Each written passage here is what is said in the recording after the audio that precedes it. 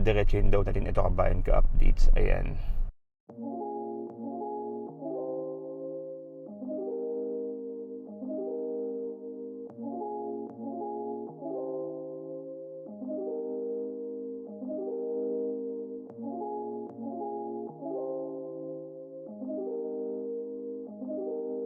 Okay.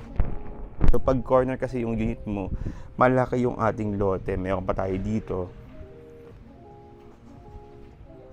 So ang expanded floor area po is 67 square meters. Ang total lot area is 90 square meters. So pasok po tayo.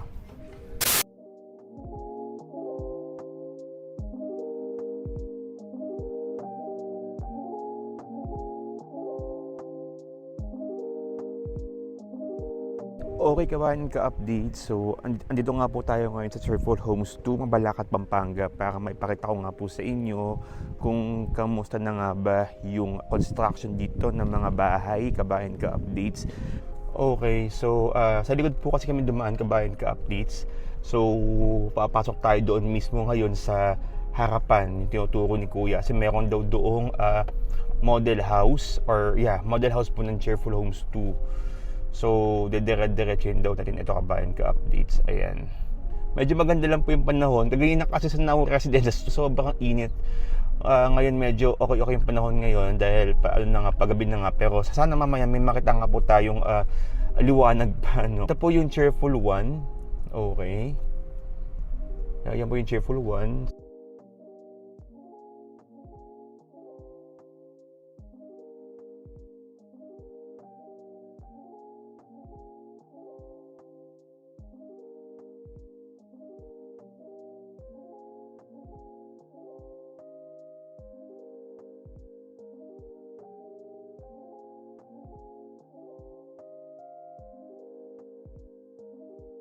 So, andito tayo ngayon sa model unit ng Cheerful Homes 2. So, meron tayong loft type na end unit, deliverables. Ito naman yung inner unit.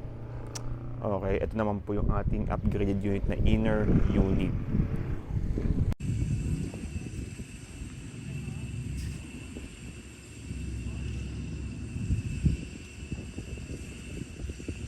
So ito po yung loft type inner unit, upgraded po siya. Ang floor area po is 32 square meters, ang lot area is 54 square meters. So pasok na po tayo. Ayan.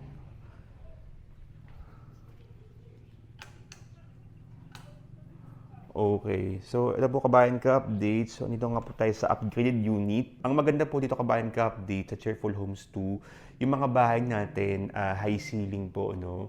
So kapag high ceiling, mas maliwanag po ang inyong bahay dahil magkabilaan po ang inyong bintana. Tsaka mas nakakalaki yung bahay mismo pag high ceiling. So dito may chandelier po tayo. Kung gusto yung maglagay chandelier, maganda. Ito po yung ating living area. Tapos ito po yung ating dining area. And then meron tayo dito toilet and bath. Ayan, nakalock. So meron tayong toilet and bath po dito. Tapos ito po yung ating kitchen. Okay. So ito po yung ating kitchen. Tapos ito yung ating service area. Okay, so pwede kayo maglaba dito, magsampay ng mga damit, ganyan. So for startup family kabayan ka-updates, sobrang okay nga po ito dahil nga po syempre, ayan, maliwanag. Okay, dahil nga syempre, bukod nga po sa very affordable po ng ating bahay, sobrang ganda rin po ng ating payment terms. So, akit naman tayo. So, dyan nga pala nilagay po yung TV. So, akit naman po tayo.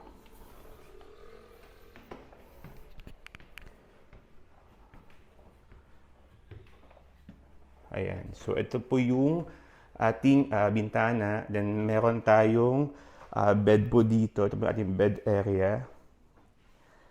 May cabinet. Ayan, kita po ako. Po yung ating bed. And then, yung ating balcony. Tapos yan po, oh. So kahit wala po kayong ilaw dito, hindi nyo kailangang maliwanag po ang inyong bahay mismo. Gawa nga po ng magkabilaan nga po yung ating bintana mismo dito. Buksan ko ang ilaw dito. Ayan.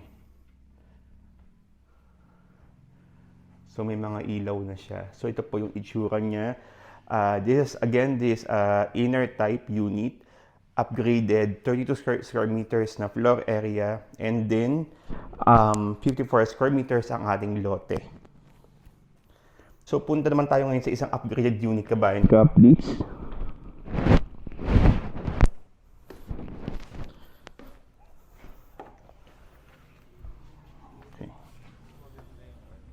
So, ito naman, kabayan ka updates. Ito po yung ating expanded unit. Ayan. So, dito meron tayong garden. Okay. So, pag corner kasi yung unit mo, malaki yung ating lote. Meron pa tayo dito. So, pwede kayo maglagay ng mga, dito, ng mga table and chairs para makapag-coffee kayo. Okay. So, pasok na nga po tayo dito. So, ito po, pag pina-expand po ng client natin yung ating unit. Okay? O yung ating house mismo. So, corner expanded po ito, upgrade unit. So, kaganina, kung ang standard talaga is ganyan, okay, pero pag pina-expand, lalaki po kung choice po ng client na ipa-expand. So, ang expanded floor area po is 67 square meters. Ang total lot area is 90 square meters. So, pasok po tayo.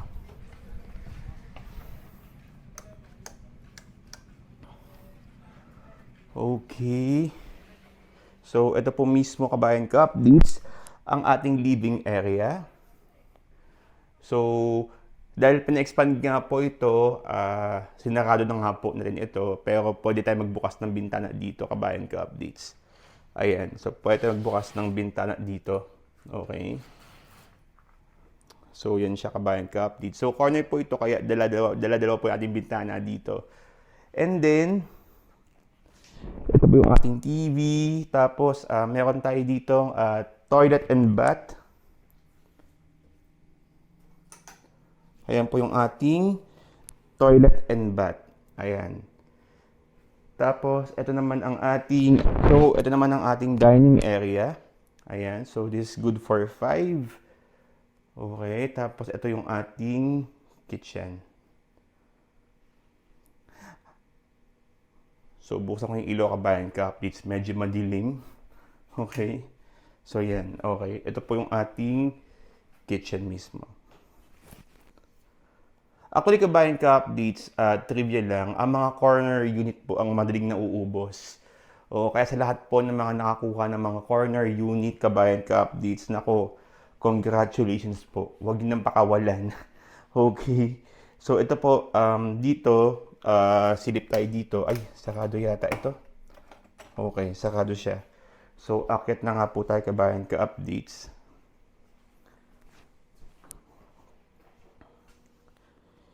Yung mga corner natin, ang alam ko mga asa 3.2 million, kabayan ka updates. Ang maganda po ngayon, kung may maki-open man na loft house na corner, bat free ang ating corner. Kasi nga po, simula nung I think February, parang ginawang 3.6 na yung mga battable na na presyo ng property. So 3.6 and above, may bat po na 12%.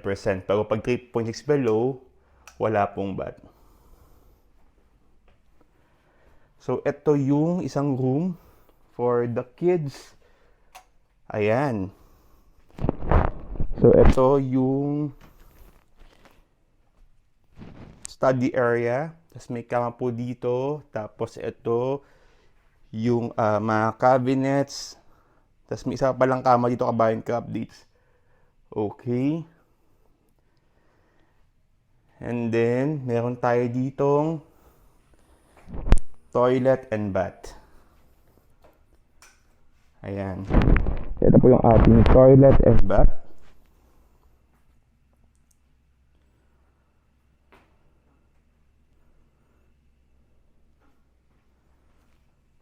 Tapos, ito naman ang ating isa pang room.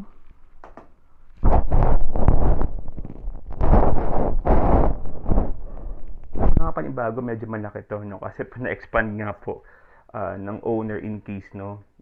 Dito po yung magiging design na pwede po kay Cheerful Homes 2. Kasi yung kabayan ka-updates, kapag kumuha kayo ng corner, kung ano yung nakalagay dun sa ano, kung ano po yung standard unit natin, yung pinata ko nga po sa inner, ganun lang po yung ating area. Or yung, ganun lang po yung layout. Pero pwede pong i-expand para mas lumaki. Ito po yung ating master's bedroom. Ayan. So, may mga cabinets.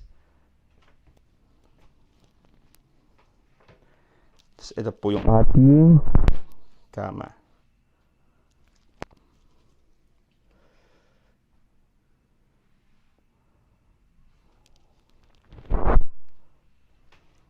Ayan.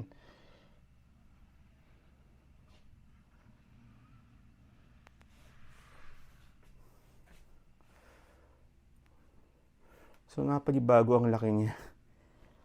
Okay. At saka medyo maaliwalas po, kabayan ka-updates. Iba talaga pag napapa-interior talaga yung property. So, punta naman tayo mismo sa baba, sa deliverables. Yung medyo maayos na kasi yung last time kasi, medyo, yung kaganina, hindi, walang ilaw or hindi pa tapos. So, punta tayo dun sa sa isang, yung kung saan finished na. Ayan. Ay, parang wala tayong ilaw dito. Okay. Wala pala tayong ilaw dito kaganina. So, binuksan ko nga po kabayan ka-updates para makita niyo pag may ilaw.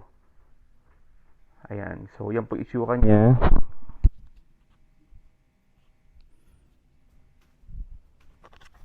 Okay. So, baba na nga po tayo.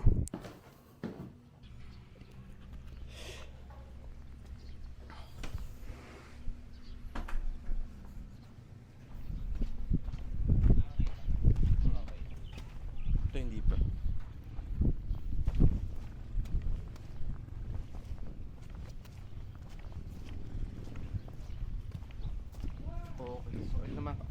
Okay, so ito naman kabayan ka-updates. Ito po yung deliverables natin. Ayan. So ito yung medyo maayos na version. Kasi yung kanina hindi gaano maayos.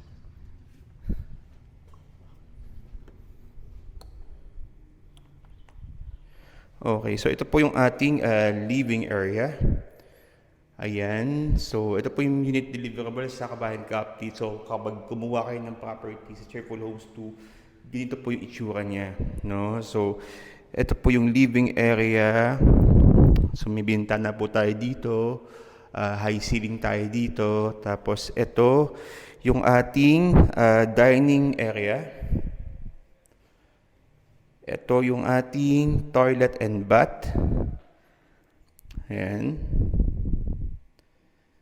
Tapos ito po yung ating kitchen. Yan po yung ating kitchen. And ito po yung ating service area.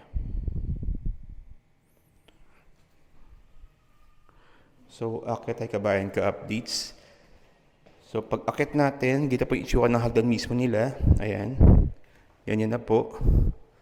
So, medyo madumi lang kasi hindi pa siguro tapos to. So, ito yung ating taas. Yung bed area. Ayan yung ating bed area. So, like other units, meron din ditong bintana. Tapos may bintana rin po dito. Ayan, so pwede ka maglagay ng kama dyan. Tapos cabinets. And then, yun na. Pwede mong gawin kwarto kabayan ka-updates. Okay.